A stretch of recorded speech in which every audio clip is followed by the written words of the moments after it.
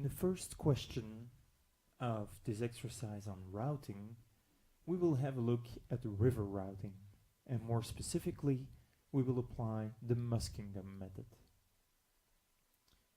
As remember from the theoretical lectures, the Muskingum river routing method is also based on the continuity equation. This continuity equation can be written in a discrete way by subtracting values from time step j plus 1 and values from time step j.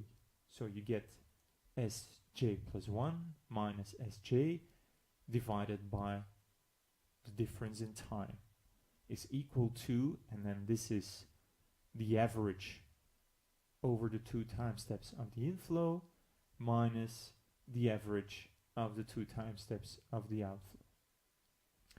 Now the additional equation, our storage equation for Muskingum, is of a linear type and will be of the type AI plus BQ. And more specifically, we will be working with a prism term and a wedge term. This prism term is K multiplied with Q, so it's just a multiplication of the outflow with a factor K, plus, and this is the wedge term, K multiplied with X multiplied with I minus Q. So that's actually this part, I minus Q. Now this parameter K has a dimension of time and will be a representation of the travel time of the flood wave. The parameter X, as could be seen already from this picture, is actually depending on the shape of the wedge, and it will be a value between 0 and 0.5. If it would be 0, we would have a horizontal water profile. If it would be 0.5, it would be a minimal attenuation. So the value of X really determines the attenuation of the flood wave. With 0, a lot of attenuation. With 0.5, just a minimum.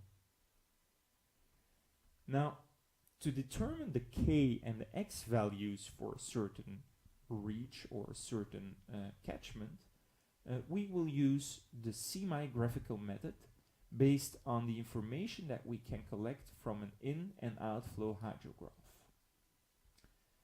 If we rewrite our Muskingum equation, so this equation here, if we rewrite that like this, we bring out K, we get K is multiplied with Q plus Xi minus Q. And this can be written for time step J and for time step J plus 1. If we subtract one another, these two, we get Sj plus 1 minus Sj, and then is equal to K multiplied with these terms. So X multiplied with Ij plus 1 minus Ij plus 1 minus X multiplied with Qj plus 1 minus Qj. Now, what we see here is actually that we have our K value, which will be, if we plot this term versus this term, we will see that it is actually a value that would be the direction of a straight line, if this would be a straight line. And that's actually what this semi-graphical method is based on.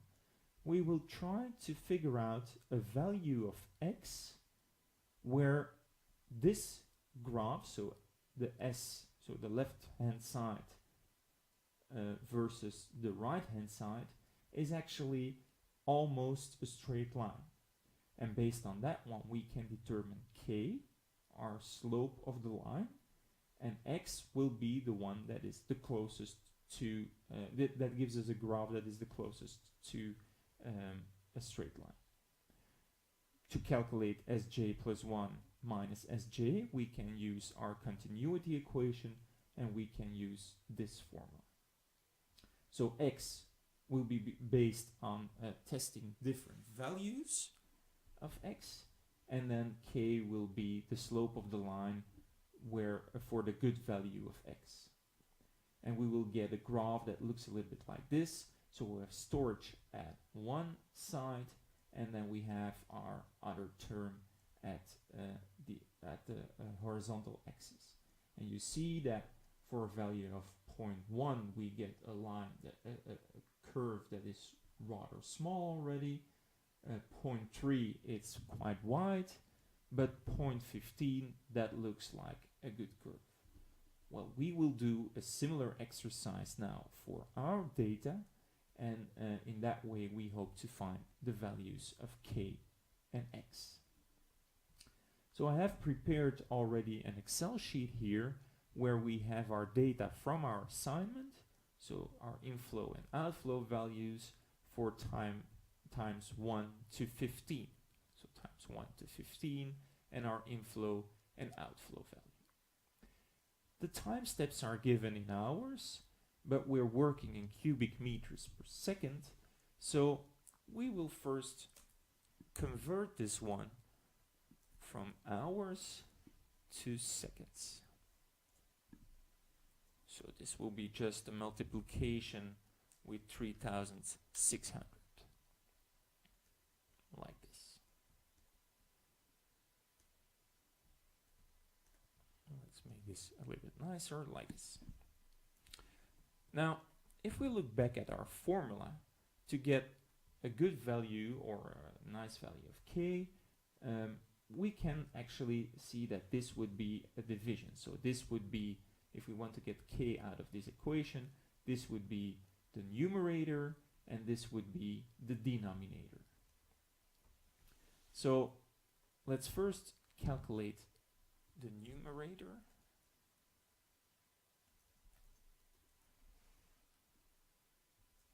And afterwards we will calculate the denominator. Now, what will be the unit of the numerator and what will be the unit of the denominator? Let's have a look at the formulas again. Sj plus 1 minus Sj in the numerator is a volume, so it will be in cubic meters. The denominator will be a value, also if we only look at this part, so not with k, it will be, x is dimensionless, so it will be the same units as inflow and outflow, so it will be cubic meters per second. Like this. Now, the numerator can be calculated for whatever value of x. It doesn't depend on x because it's just based on our continuity equation. So it will be, in our case, 3,600 seconds divided by 2, and then the flow values, the inflow values from the next time step plus the current time step minus the outflow values of the next time step plus the current time step. So let's calculate that. So it will be 3,600 divided by 2 multiplied with, let's write this like this. So the inflow value, let's make some more brackets already. Inflow value of the next time step, yes, plus the inflow value at the current time step. Sorry, to do this like this. Minus, and again brackets,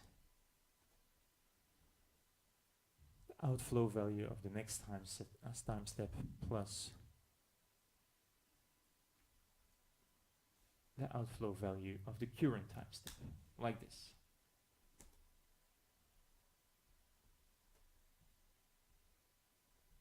Don't need any numbers behind the decimal sign, and we can calculate this for all the time steps. But look out for this last one.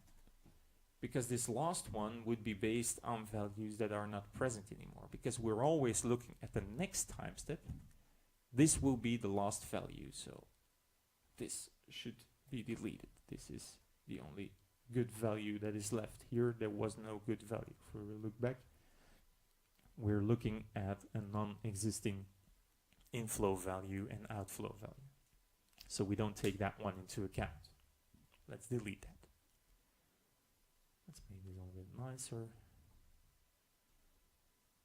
This, like this.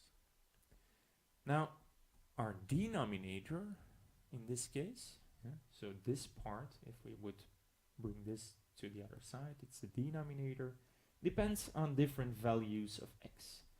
So let's calculate this for a number of values of x.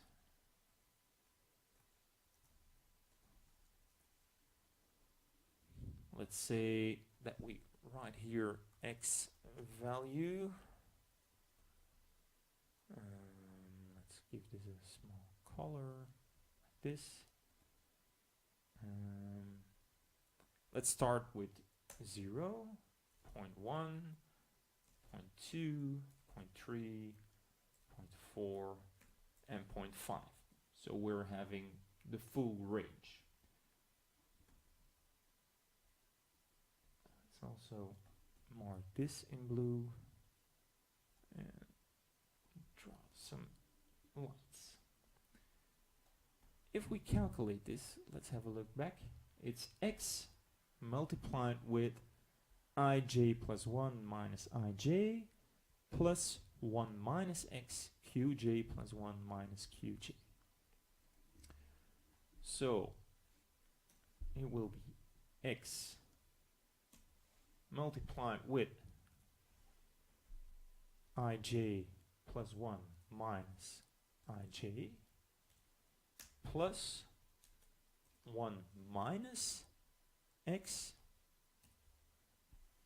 multiplied with qj plus 1 minus qj. And we can calculate this. And it also goes, that's a mistake. You see that I forgot to fix the x value, so we're looking at the wrong cell here. So this needs to be fixed.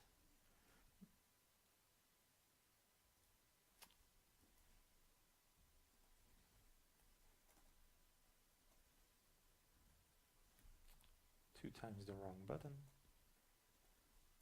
F4. But as we will drag to the right hand side to get other x values, let's not fix this completely. Let's fix only the 16. So there will be only a dollar sign before the 16, like this. And we do the same thing here. So only 16 will be fixed. Similarly, we actually want to keep our reference to column C and column D if we drag to the right. So let's fix here also not the complete cell, because then we cannot drop to the bottom. Let's only fix C and like this, and fix C here, and on here we will fix D,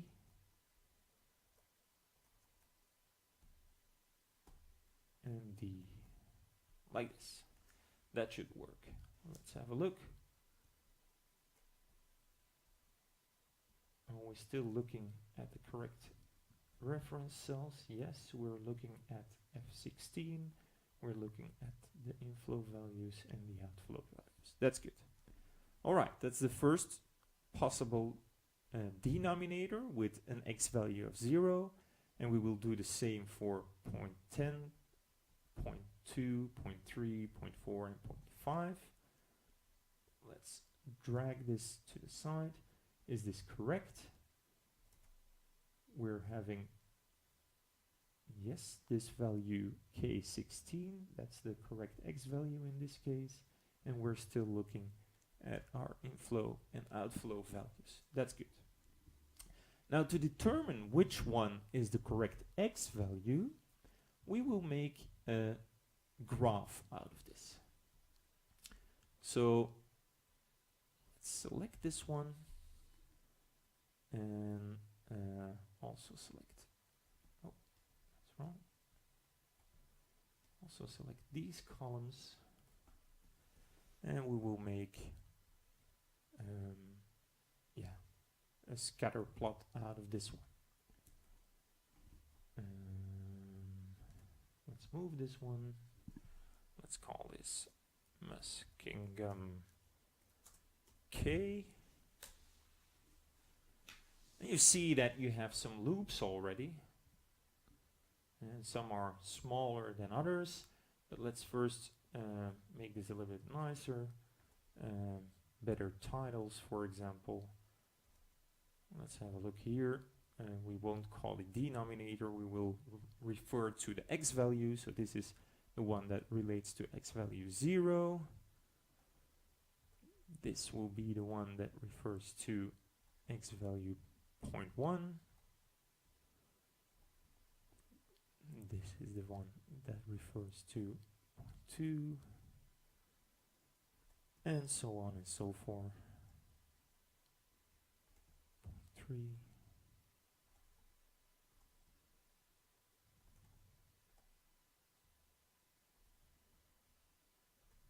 0.4, and finally 0.5. All right.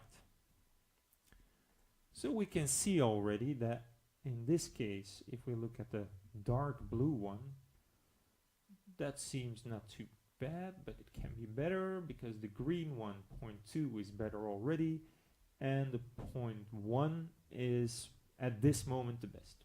We can still improve it, but it's clear that 0.3, 0.4, and 0.5 are not really the ones we would be interested in.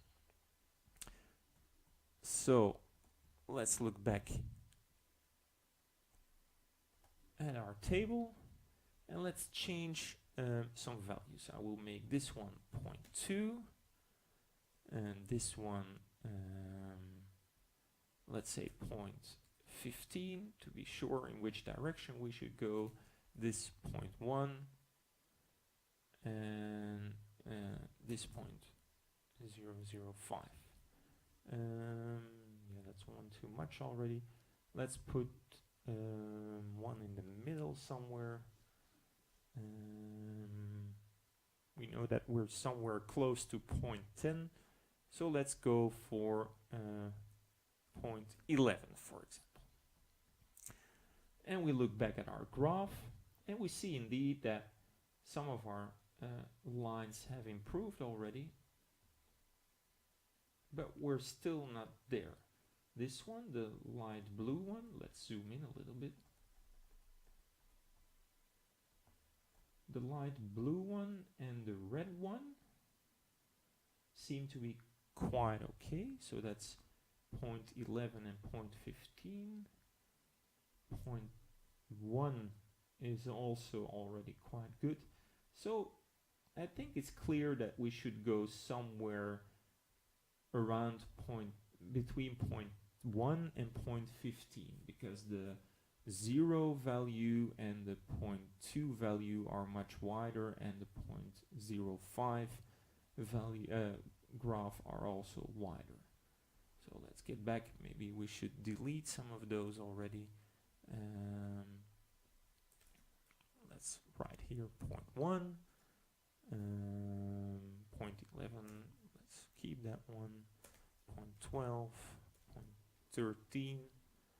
Well, let's keep them all, yes, like this, and 0.15. Let's have a look. That's way too much. I should have some other style of line, less thick, for example.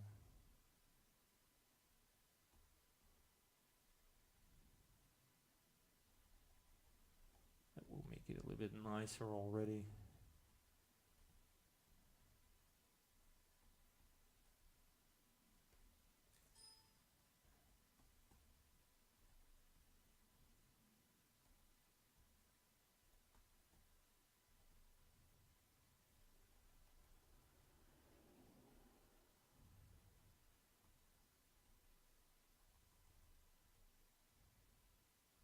Still one left.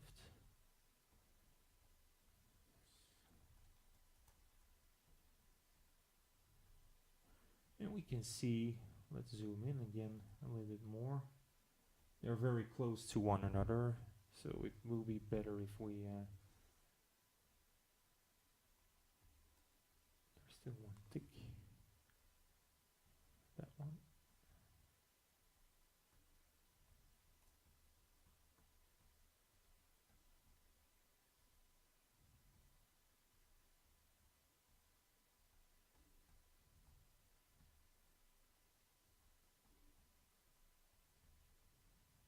Difficult to get it. Anyway, if we really zoom in well, we can see that actually the one of 0.12 seems quite okay. Let's remove some of the others maybe. Let's say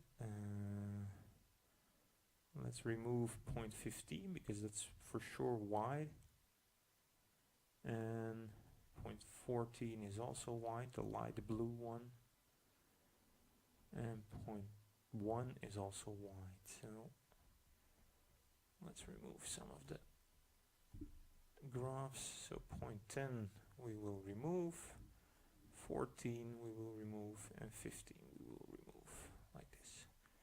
So then we have 3 left. And we see, let's make this now nicer. Like this.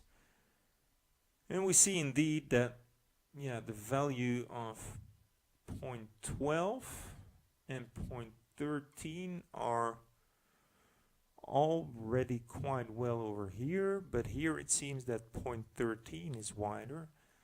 So I would say that in this case, a value of 0.12 will be the one that is closest to a straight line. Especially if you look here, there's still a curve here in the one, in the purple one, so the 0.13, and also the red one is not that good, especially up here. So our value of x will be actually 0.12. Let's write this here, x, and will be 0.12. So that's good. I will mark this with another color, maybe like that. So that's our value that we would look at. And now we still need to determine what the k value is. Now the k value in this case, let's zoom out and let's remove the ones that we don't need. So we don't need 0.11 and we don't need 0.13. So we can add a trend line, a linear one, and we can add this y value, so the equation, and we get a very high r square. Now this doesn't say a lot because it's 0.0001, and this is mainly because actually we have put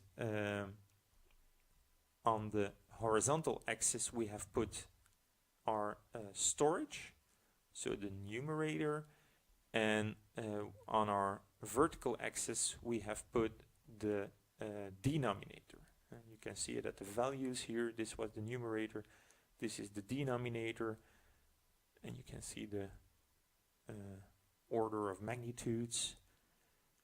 And to get the k value, we actually need the opposite. So let's do this quickly.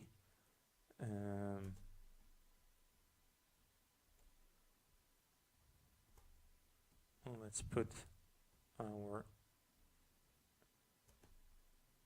denominator on the x-axis and our numerator on the y-axis. And this should deliver us a similar graph, of course. Still, it's almost a straight line.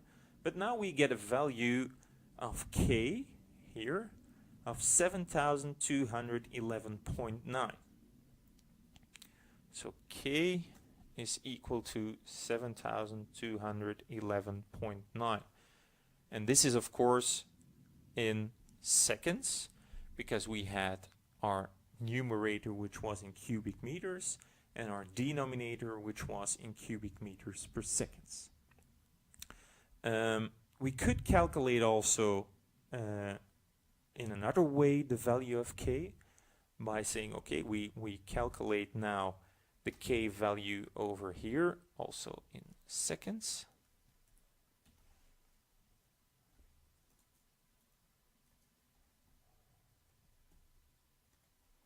And we do this by calculating the numerator divided by the denominator. And this is not the correct value, of course, it's one of the values. But if we take the average here, so in this case this is called, don't forget this is in Dutch, so we take the average of all of these values and we get a value of 7,219. So that's almost the same, like this in seconds. So if we round, we could say that actually the k value will be 7,200 seconds or 2 hours, like this. That will be our solution in this case. So those two values are the ones that we can use also afterwards when we want to calculate the outflow values when the inflow hydrograph is given.